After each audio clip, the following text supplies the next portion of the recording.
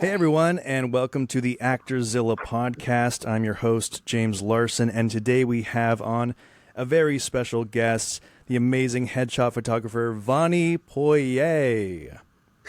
Is that right? I said your name right? You did. I was so Okay. worried. I know, I was worried too, and I was like, we're going to have to do another take, but I remember it was Vanie because, Yes. yeah, right. Thank you. Your name's awesome, so. Thank you. How's it going? It's going good. And it Yeah? sounds like it's going well for you as well. Yeah. Vanie is an amazing photographer based in LA, and I had the pleasure of shooting with her. It was 2 years ago now, which is crazy. Wow. March 2022, and Wow. I've had nothing but good responses from my shots since then, and I recommend everyone to go check her out. She's your most active. I mean, you have your amazing blog at Yeah. poyeyphotos.com. And then Forward you slash also, blog. Yeah. right, the blog is amazing. I think that's how I found you, actually. I think I was just like Googling, stuff about headshots in LA because I had moved out there recently, and I found your stuff and I was like, wow, she knows what she's talking about. She's really smart. And of course, the shots were amazing, your Oh, thank you. portfolio. And then you're also on Instagram, right? I don't know Yes. what other social places are you on? Or are you mostly on Well, Instagram?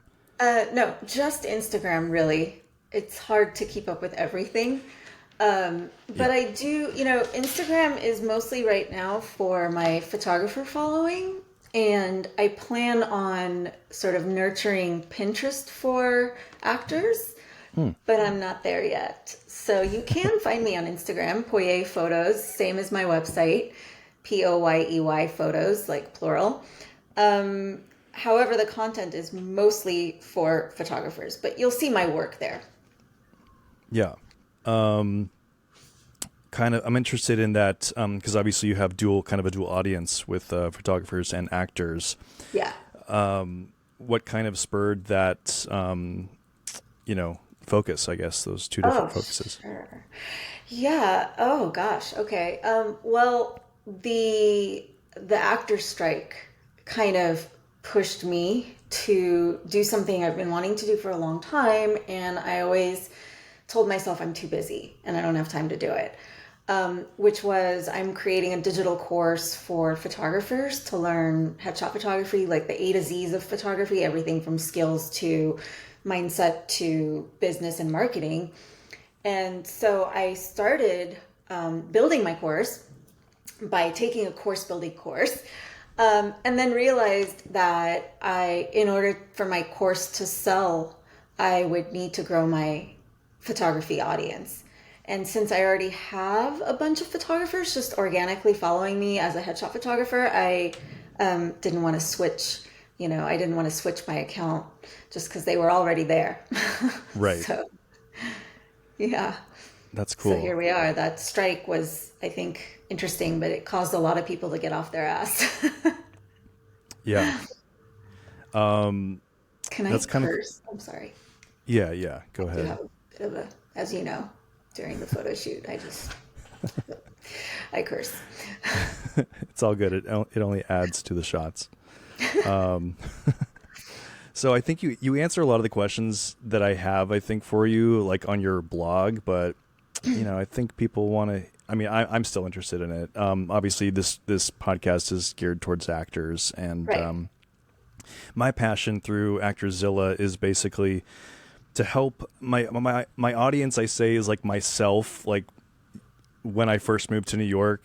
Like an early career actors, basically, is kind of what I'm kind of targeting. Obviously, there's a lot of uh, different segments of that, like actors of all ages and Right.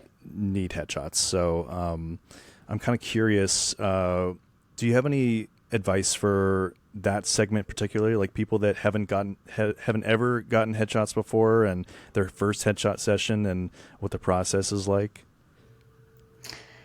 Yeah. Oh my gosh, I have so much to say for the beginner actor. Um, the actors that are just starting out kind of have this misconception about what headshots are. They kind of see it more as an opportunity to look really pretty or really hot on camera, and I'm not just talking about women. And they just have no clue that you really need to look at headshots as a marketing tool, and it's your business card of sorts. And so they make the mistake of just, first of all, looking pretty, and that's it, with no regard to marketing themselves because they don't know how. And then second, they make the mistake of thinking, well, I'm just starting out, so I don't need expensive headshots. Or right. I don't need, I should say, pro headshots, which are normally expensive. And that kind of thinking, it literally is backwards. So because you're just starting out, you actually need pro headshots and right. not headshots by a friend, because that's what's going to get agents and casting directors to take you seriously. Right. I was laughing because I was thinking back to my first headshot session, and it was it was by a friend, of course. I mean, this was in college, but I also took it to New York, and my head was cut off like mid forehead, so it wasn't even a full headshot. It was like I don't even know what you'd call that, but right. You know, art. And we call that art. That's art, yeah. Yeah. And it's true. I did that too.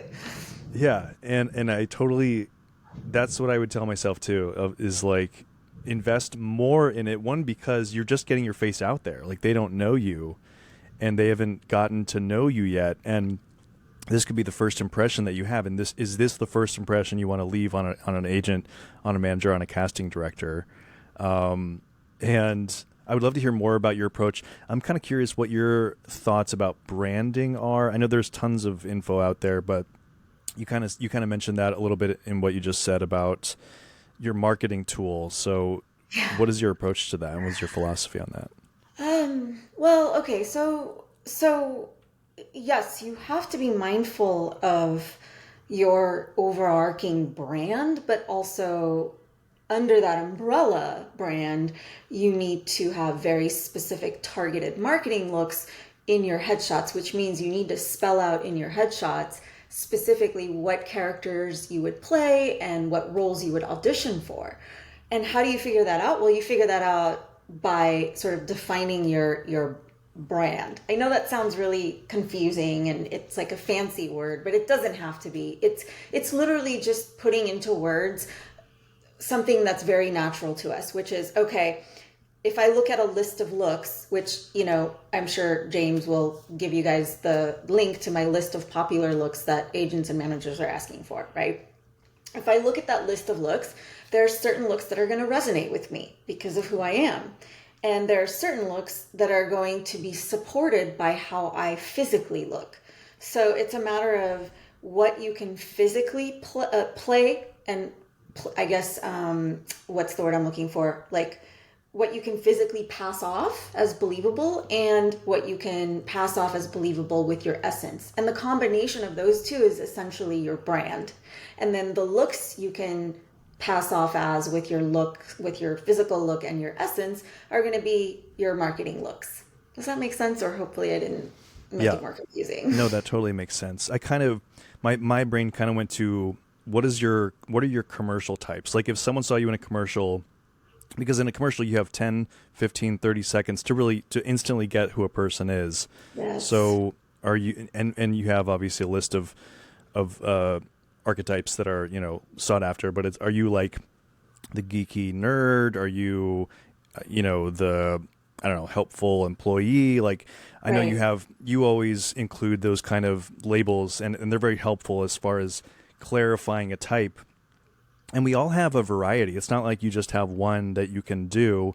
Right. It's like everyone has a variety, but what is the variety that you're going for in this shoot today, that's right for your type right now? Exactly. I view it as categories and subcategories. Like the two looks that you listed are subcategories of the business category. because the helpful employee is an employee at their Right. job, right? So that falls under business. And the nerdy type I pictured as like the office guy, or even the student, the grad student, again, that falls under the business category. So because that person is doing something that is business-like. Right. But yeah, so you can be a number of things under one category. Yeah. So say someone's gotten their types, they've decided on, their looks. How do you decide on how many looks you should get? That's what I wonder. Because I know there's different packages and stuff. Is it just the most that you can afford because then you'll have the most variety, or what do you tell people? Not necessarily. I've made it. Okay, so for kids under 13, I don't recommend more than 3 looks.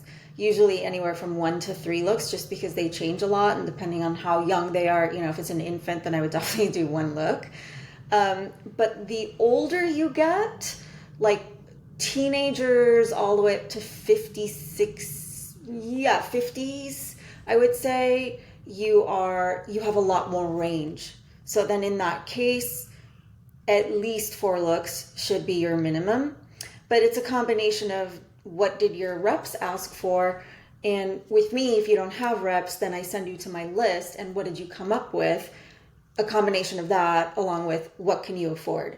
And then based on that, I still have you prepare for what you put together, even if it's less than, or if it's more than what you can afford. And then based on that, we have a little clothing and look consultation the day of the session where I help finalize which ones you're going to get the most mileage out of just from my experience. So I still want you to bring everything you think you can do. Right. And I went on your Instagram. I can't remember when it was posted, but it was basically like when you tell a client to bring 3 options like per look and they only bring in 1. Yeah. Is that like that's a common thing? Oh my God. Yeah, it is. So many people just don't do their homework. And I mean, I'm not sure that every headshot photographer does that as far as like, being as creative as you, as far as like you're also like help style and you're like, you want it to be the best look it can be. Right. And the more options you have, the more creative you can be, Totally. Yeah. It's just not as limiting. Right. And sometimes people are off. They like bring 1 outfit per look and it's like the same t-shirt in different colors for every look. And I'm like, how am I supposed to make that the office guy and this one the best friend? Like, what's the difference here? Yeah. Photoshop, right? Kidding. Isn't it Photoshop? Yeah. Yeah. So yeah, I mean, the biggest disservice you can do for yourself is spend money on a pro, but not take the time to prepare, Right. And what do you think in general makes a great headshot for an actor? Good question. Yeah, that is the age-old question, That's the isn't age-old, it? yeah. We'll answer it here, I'm sure. Okay, so the No generic answer is your eyes. Your eyes have to say something. And that is just so, like, what the hell does that mean? What do you do with that? My eyes have to say something? Okay, so I'll smize. No. I think more specifically what makes a great headshot, there are 2 things actually that make a great headshot that I should say are effective as a headshot. Number 1, casting directors want to know instantly when you submit, when your reps submit 7,000 photos for a co-star role, they need to be able to look at your photo and instantly identify the character. So number 1, your headshots need to be specific in terms of type, right? Number 2, well, they want to be able to see that you can act and you're not just posing like a model looking pretty. And so you have to show your personality. Well, how do you do that? The first part is preparation, and hopefully your photographer is giving you guidance on how to prepare. And then the second part is, I think it's on the photographer to direct you as much as possible and to bring out your personality. And so that's my job. And that's, I think that's what we should do. We should direct actors. What if you find yourself in a session and you didn't really know exactly how a photographer would interact with you? Some photographers that I've been to, they don't really direct, or at least, as well as you did. I mean, you're very active and helpful in your directions. Thank you. And that obviously shows in your work. Like, I think that, you basically want to capture a moment, right? An Yeah. acting moment that has Yes. personality. But Exactly. some photographers don't know how to do that, or they don't do it. Right. Is there any way to like salvage that? Like, as an actor, you know that you need to be capturing this moment and not like a J.C. Penney pose. So Right. is there any Right. way to salvage that as an actor? Um, no, you really gotta come shoot with me. I mean, no, I'm just kidding. Um, I've heard all kinds of advice about that. Have a scene going on in your head, but Yeah. honestly, that doesn't work because you're not in sync with the photographer. You can't just be in your own world. You guys have to be in the zone together because when you give them something, they need to see that and click, or when they click, you need to know that they're about to click. I don't know if that works, but I think that over time, actors just by experience get better and better at giving the specific looks that a character would give just from learning more about themselves as actors and auditioning more and doing more commercials, which is very, facially expressive. But in the end, if that is what you're looking for, then you really need to do your research and make sure the photographer can deliver what you need, because not everybody wants to do headshots with personality. Some people need and want to do pretty pictures, and I think there's a time and place for that too.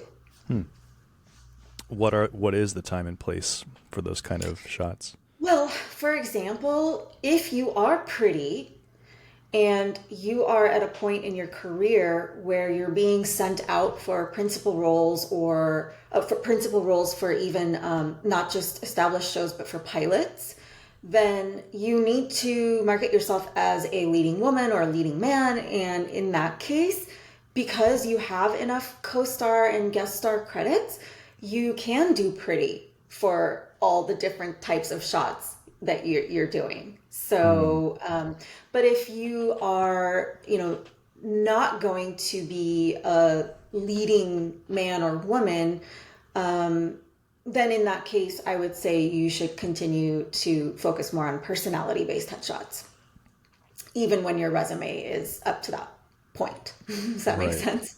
Right. That does make Yeah. sense. Yeah.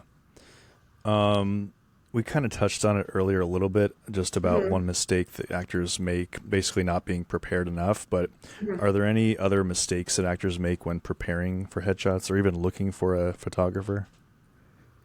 When preparing or looking for a photographer, well, yeah, I mean, I've seen actors not really do their due diligence when looking for a photographer. They're just looking for the guy who's available the soonest. Hmm. And that's a big mistake because number one, you didn't take the time to do your research and you're going to waste money. And number two, this isn't something you rush, you know?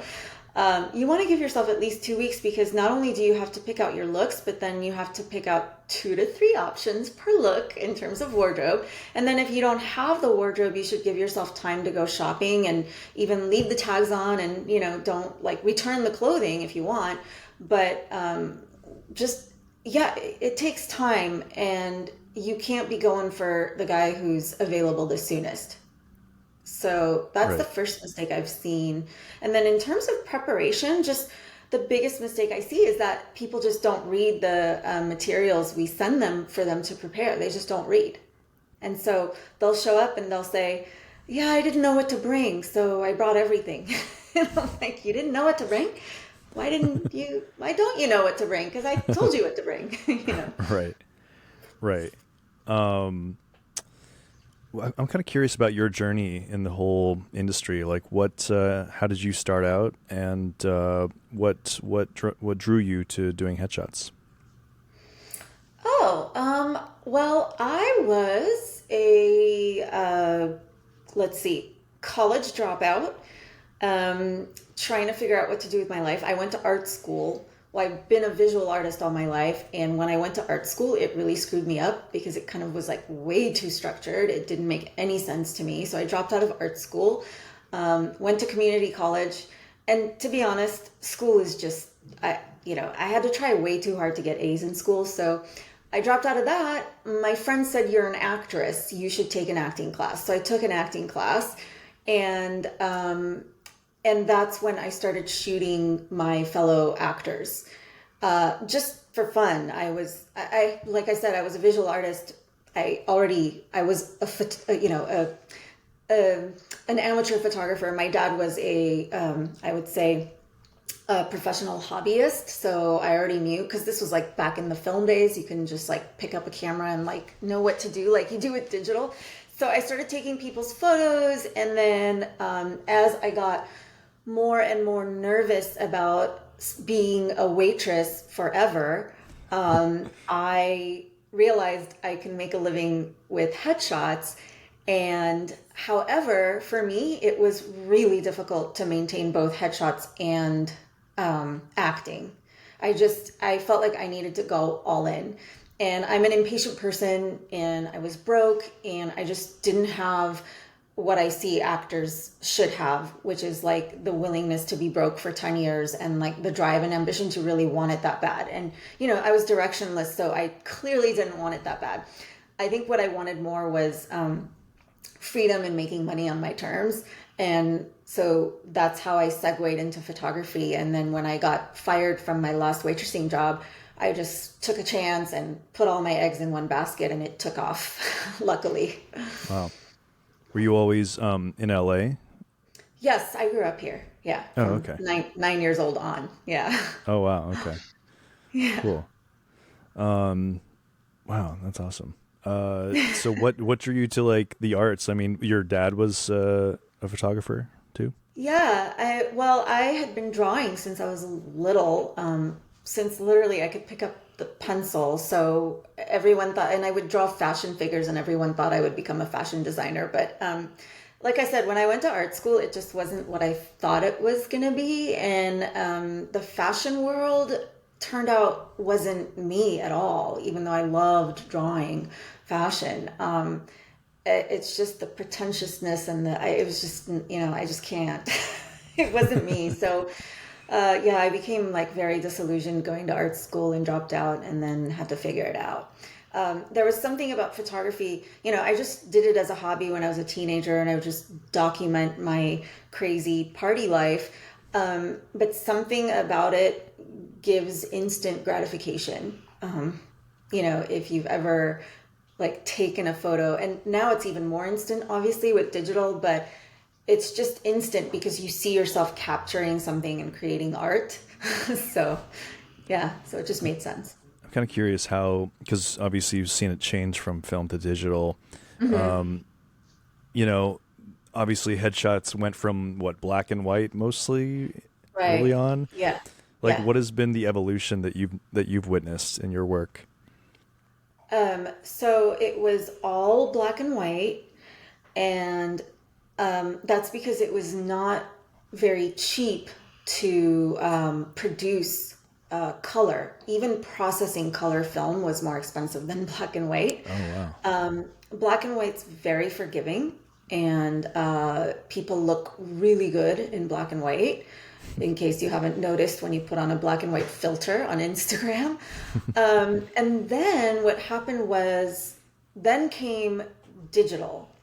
And it was right around when digital cameras were starting to get big that technology shifted, and then the production labs were able to produce color headshots for the same price as black and white, because before they used to be super expensive. Right. So that's when it turned into color. And I can't believe people thought it was a phase. Some people thought it was a phase. I'm like, no, it's not. It's like color film, like movies. And then, and before web submissions came about, we used to be able to take 3/4 shots and call them headshots. And for me, that was really much more fun and expressive and creative, really, to be honest. And also, it allowed the actor to convey so much more with body language, Right. So I felt like it was harder to like zoom in and do headshots. But once everything went digital and like you had to submit online, there were like all the agents were like, stop doing that, get in, we got to see their heads, we got to see their face. So it's turned into like super tight, whereas before you could break those rules and nobody would say anything if it was a great headshot, you know. I'm curious about, because your framing, I mean, I like your framing a lot because it tells a story, you know, with with what you're wearing, with the personality. Do you see that as a not as a disadvantage, but in a world of thumbnails, right, where you see like I see what you're getting at. Yeah, I think you see what I'm getting at. Yeah. Yeah, I mean, okay, so I think what James is talking about is my framing is slightly wider than a headshot. Slightly. It's Then still just above like, the yeah. waist. It's above the Right. waist, but it's below the chest. So it's like between the chest and the belly button. But I do that for a reason, because what I've noticed is that when you upload your photos to the casting sites, the aspect ratio of the main photos, like before you actually, like if you're on Actors Access, like those little thumbnails, that is not the same aspect ratio as what comes out of a camera. So it naturally, it crops your photos for you. So what ends up happening is all that space goes away. So if you pre-crop it in the camera, then it becomes so tight that then you don't have any negative space and you don't have any context. So why are you even changing clothes at that point, you know? Right. So without context, you're not going to be able to differentiate the characters from one another. So I actually tell my clients, I'm so sorry, I have a cough. Oh no. So sorry. I tell my clients, don't pre-crop before you upload them, because uploading them will crop them anyway. But by not pre-cropping them, and because I'm a little wide, you're still going to be able to see the character and the outfit and have some context as to who the character is. And we're not just relying on your expression. Ideally, you want to rely on the expression and the outfit together to tell a story and let us know which type it is. Yeah, and I've even seen when I go in person, they print it out and there's more context. I don't know what that is in the process, but there seems to, like, I've seen, you know, where people crop in too much, it's just like their head and it's kind of a disembodied head, you know, but Yeah. with your shots, it's more, you get a more context, which I think is great. Yeah, there's really no point in doing types if you're going to crop it that tight, you Right. know? Right. Yeah. And also by not cropping it, then if they click on that little one, the little thumbnail, they'll see the whole thing, which gives them Right. even more context, you know, which I think Right. is more effective. So, Right. It's such a it's kind of interesting because what do you think agents and casting look for in a headshot these days? I think aside from it being a headshot and not a three-quarter shot, I really think that they need to see more casting directors than anything, because it's casting directors that are dictating what agents ask for. So casting directors are just overwhelmed with the amount of submissions for each role. And so they just really need to have the character type in your headshot match what's in the breakdown, period. And that's why you need specific characters. They need to be able to see, oh, this is the creative professional that we can cast in a show like Upload on Amazon. You know what I mean? Oh, she works in an office, but she works in a creative space. It needs to be instant. It can't be a general. Yeah, you know, when you told me, like, when you asked me about the transformation, that was one of the main transformations. It's like before we used to just be able to take general headshots of you. But now it can't just be a general photo of you that looks like you. It's got to say something about who the character is. And that's why, like, a lot of clients will come back and add to their staple shots, because you can, like, ask for submission reports from your reps, right? And you can see what they're submitting and what's not working and what you're not getting called in for. And I've had clients who look at that and go, oh, I'm consistently not getting called in for the doctor. Okay, so why don't we do one in a lab coat? I know it sounds super cheesy, and this was like back in the 80s, like they did this, but now it's back. because that's how competitive it is. And so then you just add that to your staple 4 shots that you've done, the doctor in a lab coat, and then you get called in. Right. Because it's basically goes back to what you said about casting directors needing like an immediate, they want to see you as the role as close as possible, right? Yeah. And like, don't listen to those negative comments about they have no imagination. I hear that a lot. That's not it. I think by not clarifying your look, you are adding what in marketing is called friction. Friction causes people to pass. Okay, so if you give them a reason to say no, they will. So don't give them a reason to say no, give them a reason to say yes. And that is by being clear and specific with your looks. Because if they can't figure it out and you don't quite fit the role, it's a pass. It's a no. I see it as like the Amazon buy button, like the one-click purchase. Yes. Like they reduced, The number of steps you have to go through. the number of steps. Yeah, it's like Yeah. you want a casting director to have just one click, boop, that's our guy or Oh, girl. I like that. I like that. I'm going to steal that. Another interesting thing with your shots that I've found of every session that I've had with any other photographer, I have such a variety in my back pocket as far as each look has quote like dramatic and quote comedic elements to it that I can draw from, if that makes sense. Right. Like I'm dressed the same, but the energy, the way that you directed it, I think, and the way that it just happened in our session was like, I can use it for a dramatic Silicon Valley thing, or I can use it for a funny Silicon Valley thing. Right. I'm curious if what your opinion on that is, or because they have like legit versus commercial versus all that designation. Yeah, and the next question I got to record you for Instagram, if you don't mind.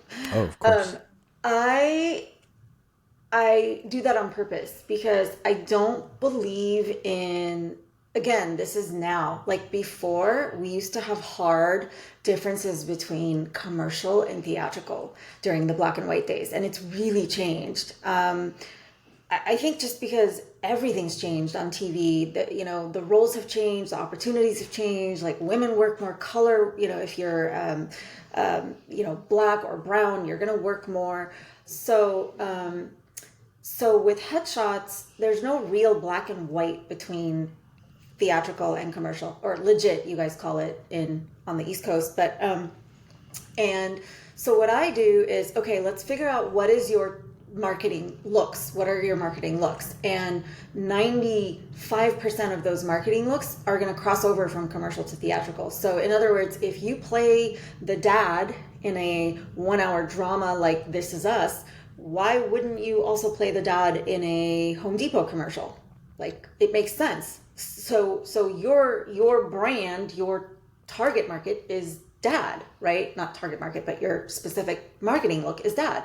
So I just have my actors focus on what looks resonate with them and what looks their essence and their look, what types their look and essence can support.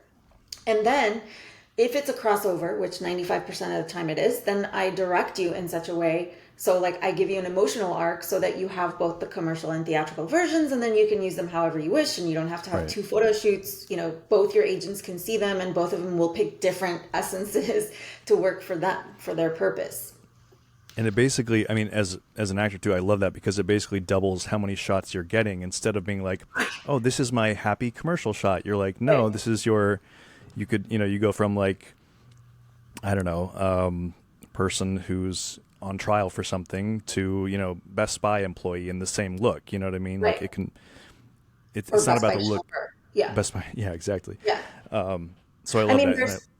there's times when it's not a crossover. Like, for instance, if you were to pick a look like a villain or an anti-hero, most of the time that's going to be drama only. And in that case, then the lighting is going to be very gritty and not appropriate for commercials. And that's okay, because and because you will get cast as that, and it doesn't have to go to commercial. And Right. and it's the same, for commercials too. There's a bunch of commercial looks that don't go theatrical. Right.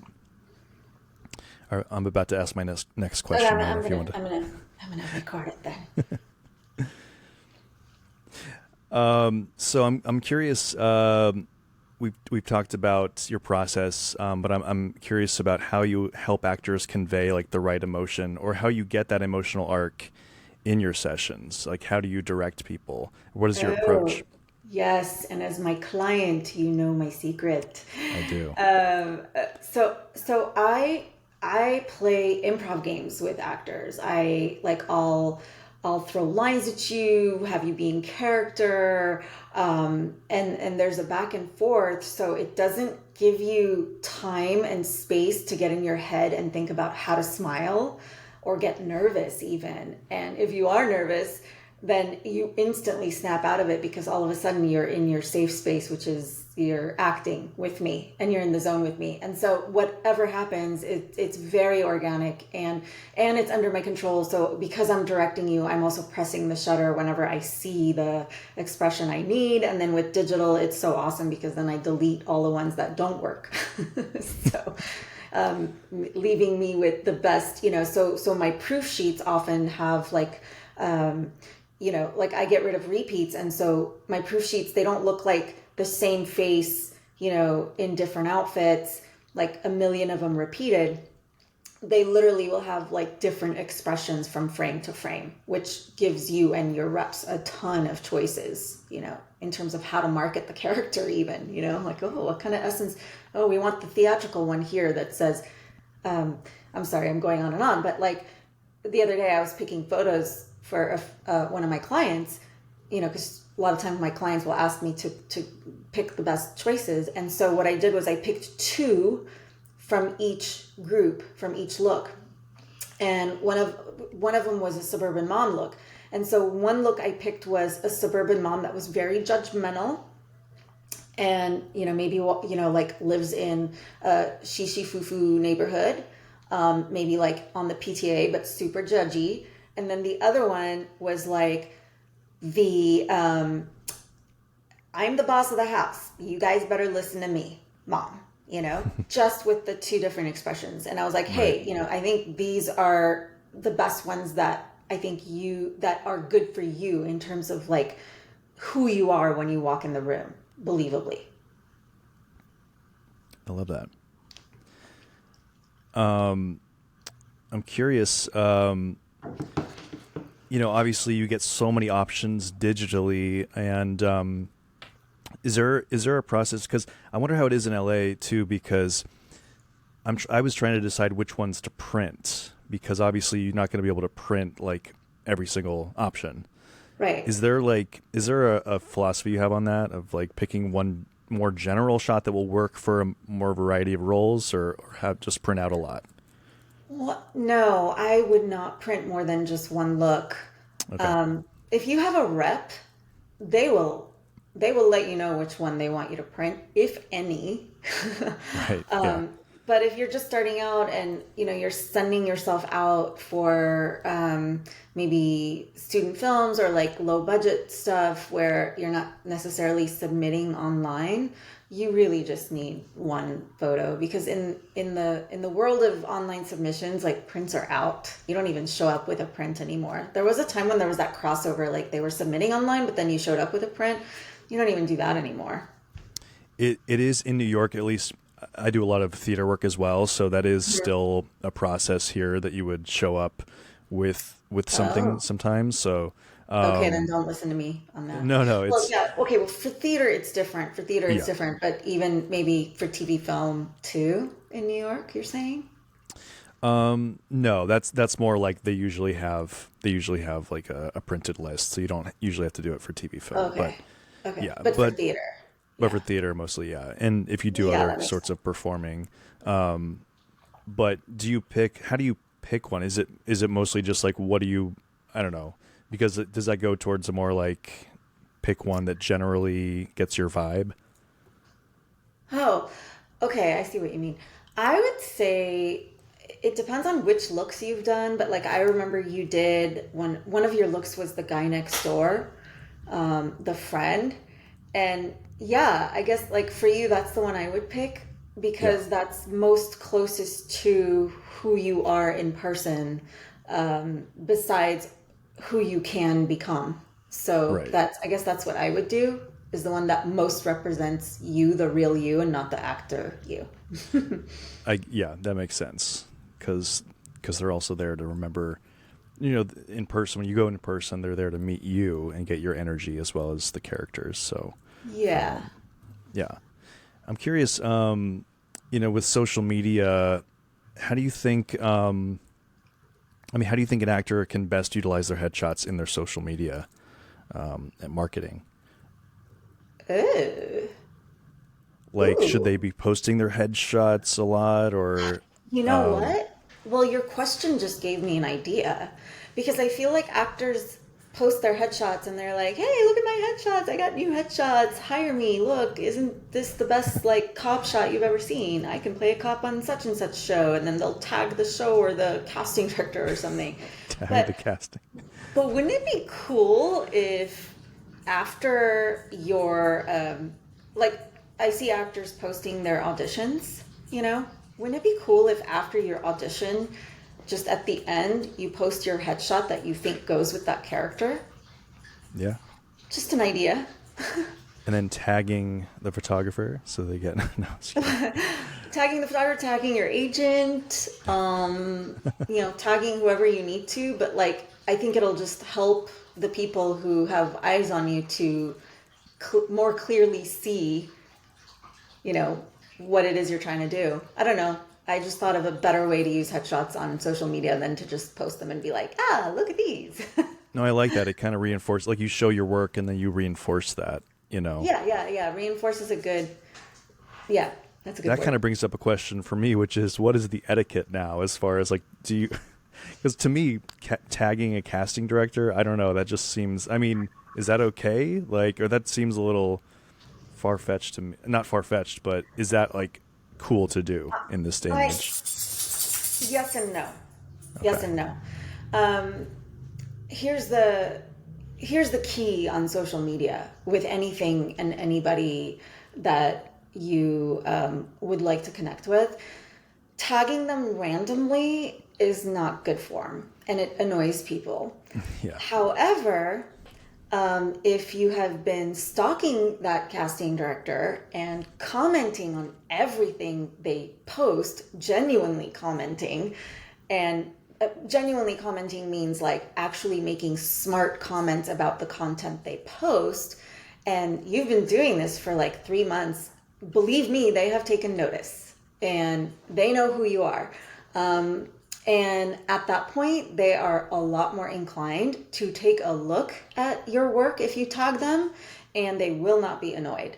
And I can tell you this just from the perspective of a photographer who, like, I'll have followers and all of a sudden they pop into my feed and they're just asking me, or they're just like following along, supporting and commenting and saying nice things, and like I've taken notice, and then all of a sudden one day they pop into my DM and they ask a question and they need help. Well, of course I'm going to help them at that point.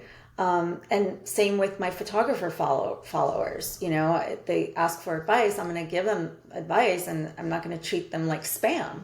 So I think that's a strategy. Yeah. Basically, just being a person and genuinely interacting with people. It's like, what would Yeah. you do in real life? You wouldn't just go up and start trying to spam people or whatever. You'd takes time to get to know someone. Yeah, exactly. Thank you for sharing that. That's awesome. Is there any like memorable photo shoot or like session that sticks out to you? Or I'm just curious. I'm putting you on the spot, I know, but I'm just wondering. Memorable, like in a good way or a bad Or a way? bad way. I'm just, you don't have to name names, but I don't know. Memorable. Um, Any funny oh, stories from that side? um, I mean, yeah, like the most memorable photo shoot, I would say. Yeah, it's always the bad ones that come to mind, right? Yeah. And the good ones, you always just have a really good feeling about that person forever, and like you love them. Um, but the bad ones are the ones it just goes to show, I teach my photographers, people remember how you make them feel. Hmm. So it's really important that you welcome people with an open heart and give them a stellar experience, because that's what they'll remember over their headshots. you know but yes, I had a client who apparently was in the makeup chair crying for an hour, and I had a makeup artist I was trying out, so her and I did not know each other very well yet. And sure enough, turns out she can't handle difficult situations, so she did not come back after that. But so apparently the client was crying in the makeup chair, and the artist was having to redo the makeup over and over again, instead of knocking on my office door over here and saying, "Hey, I'm having trouble because the client's crying." So she finally came over after an hour, and I was wondering why it's taking so long, and said the client's crying. I go over there.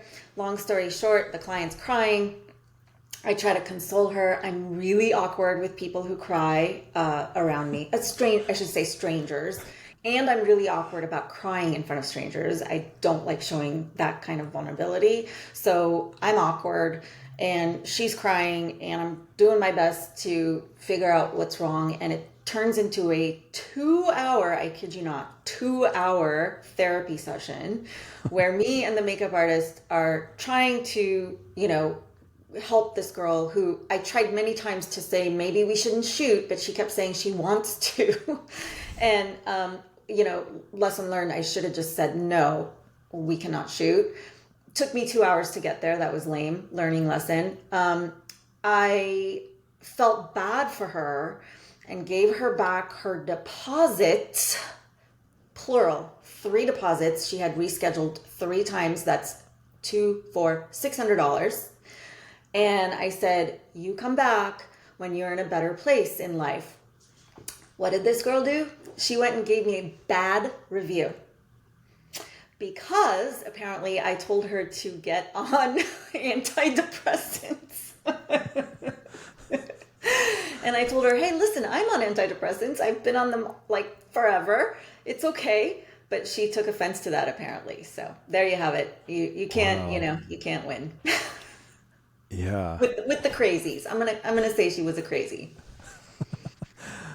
Wow. That sounds like a situation for sure. It was a situation. It was a situation. Yeah. You didn't have to call me out like that. It's so, on my own podcast, but no, I'm just kidding.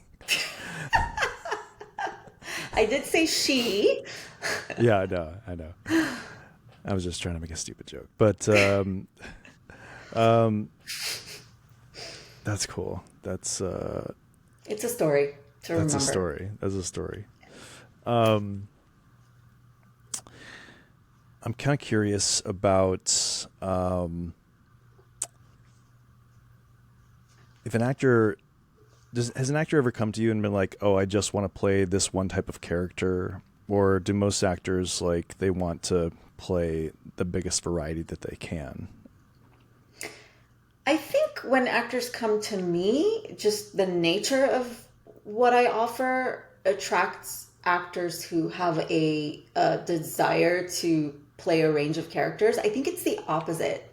I think most actors want to be everything. Right. And that's a problem, because you have to stick inside of your brand and what's believable. Like, not everyone is cut out to play the hero or the heroine. And like, everybody wants to play the hero and the heroine, even if they can't believably pass as number one with their look, and number two with their personality. So I would say niche down and make sure that the types that you choose fit your essence and your essence and your look, and don't try to be everything to everyone. That is a big mistake in every business. And you have to look at this as a business. That is a big mistake, actually, because then you're just throwing spaghetti on the wall and hoping it sticks. Whereas if you niche down, there's strategy, and you're kind of a bigger fish in small water, if that makes sense. Yeah, I think the way you phrased it was much better than my original question, so I thank you. Basically, I think when I was younger, I had an issue about being self-aware of what maybe my type was, or maybe I knew what my type was, but like you said, I wanted to be the leading man, or I wanted to be more. I thought, oh, I can do it all. Like I think a lot of people, maybe they start Yeah. in theater or they start in school, and they get cast in these roles that Right. you're going to play an 80-year-old man when you're Right. 17, and Right. it's like, Right. well, that's great for high school, but now you're in the real industry, and it's like you're probably not going to be cast as that. So, Yeah. and it's fine. You can still play a variety of roles, but you have to like be more focused and have a smaller pool of roles that are, it's like, and it's where it's where your expectations and the industry expectations meet, where Yes. it's like, this is where I think I am, and this is where other people see me as too. Yes. Exactly. And I think it's important to find that mix and that balance. And it's only gotten better for me as time goes on. But I think a lot of early actors, like I was confused by what my type should be, and I think people are maybe more aware of, or I would hope they'd be more aware of what they look like, what their energy says about them, what roles they can play. I think I would hope to that people nowadays would be more aware of that instead of fighting against it. Yes. Lean into your stereotype, so to speak. Right. But yes, there's a lot more information out there now with social media. Like I know Melissa, the owner of Rock Your Reel, she does like a type me course, like a little mini course. So you can even, I mean, there's more. She was the first one that came to mind, but Right. there's a lot of like little mini courses you can take that will help you figure that out as a new actor, because I know it can be super confusing when you don't know, you don't have any experience. Right. Right. I'm curious, outside the industry, are there any hobbies or interests that you're into right now?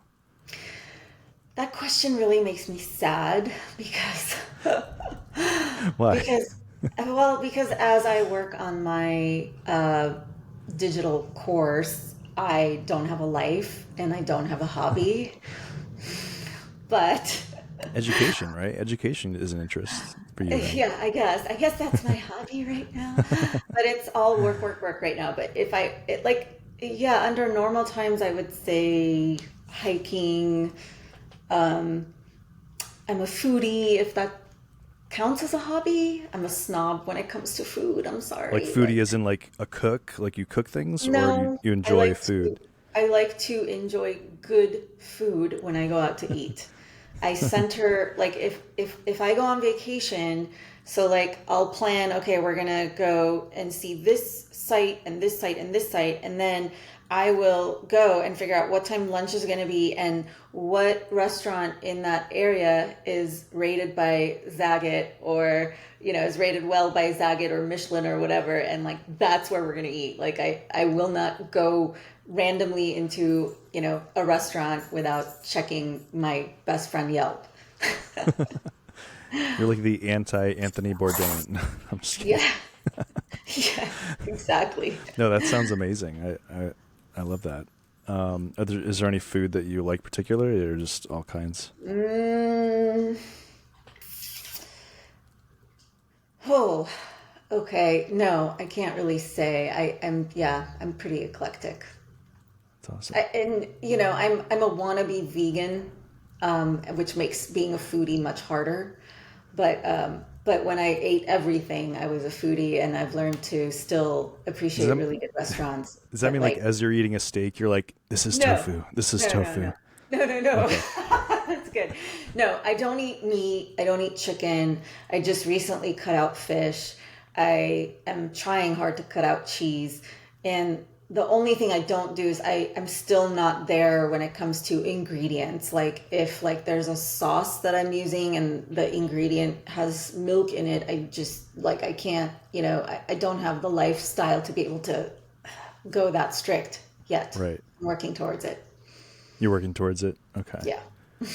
it's hard when you live with two people who eat meat. So it's Yeah. really Yeah. But there's some delicious. I mean, in New York, there's amazing. I went to this vegan sushi place, and it was like one of the most amazing oh my restaurants I've ever been to. Plus, you have that really, oh, what's his name? He was, I always forget his name. Like, his restaurant is like 11th something or 11. 13 something. What is it? Oh, Anyway, he's like this famous chef. He was just featured in that documentary called You Are What You Eat on Netflix. oh yeah, I think I saw that. The entire restaurant went Yeah, vegan. yeah, Yeah, yeah. 11 Like, Madison super, Park or something. What is it called? yes, yes, 11 Madison Park. Yeah, Super, super famous, award-winning, I. s- worldwide famous chef. Yeah, And during the pandemic, he went all vegan, yeah. and like it costs like $300 a person to eat there, and it's vegan, and people come out of there like raving about it, and everyone thought he was gonna fail. So I think if more like those kinds of restaurants where you go like, if you're lucky, you can afford them once a year. Right. I think if more like fine dining restaurants went vegan, I think it would become a trend. But yeah, And that he's a was a great. That trendsetter. was a great documentary. I saw that too. Yeah, yeah, really good one. Well, Vanie Poyey, thank you so much for coming on the podcast. I really appreciate it. Thank you for asking me to. I'm Of honored. course. And everyone, yeah, go check out. Do you have any special links or just your website and Yeah, Instagram? you guys should download my wardrobe guide wherever Ooh, you are. It'll help you. If go to my website, poyeyphotos.com, P as in Paul, OYEYPHOTOS.com, and you are going to see a banner that'll take you to my wardrobe guide where you can download it. I think you'll find it's probably the best wardrobe guide out there until my competition downloads it and copies it. But right now it's the best.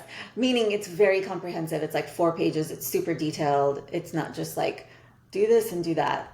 So well, I think you have no competition. I think you're in a league your own of your own. So, yeah, okay. Thank you though. all right, thank you All so right. much, Vanie. Thank you, James.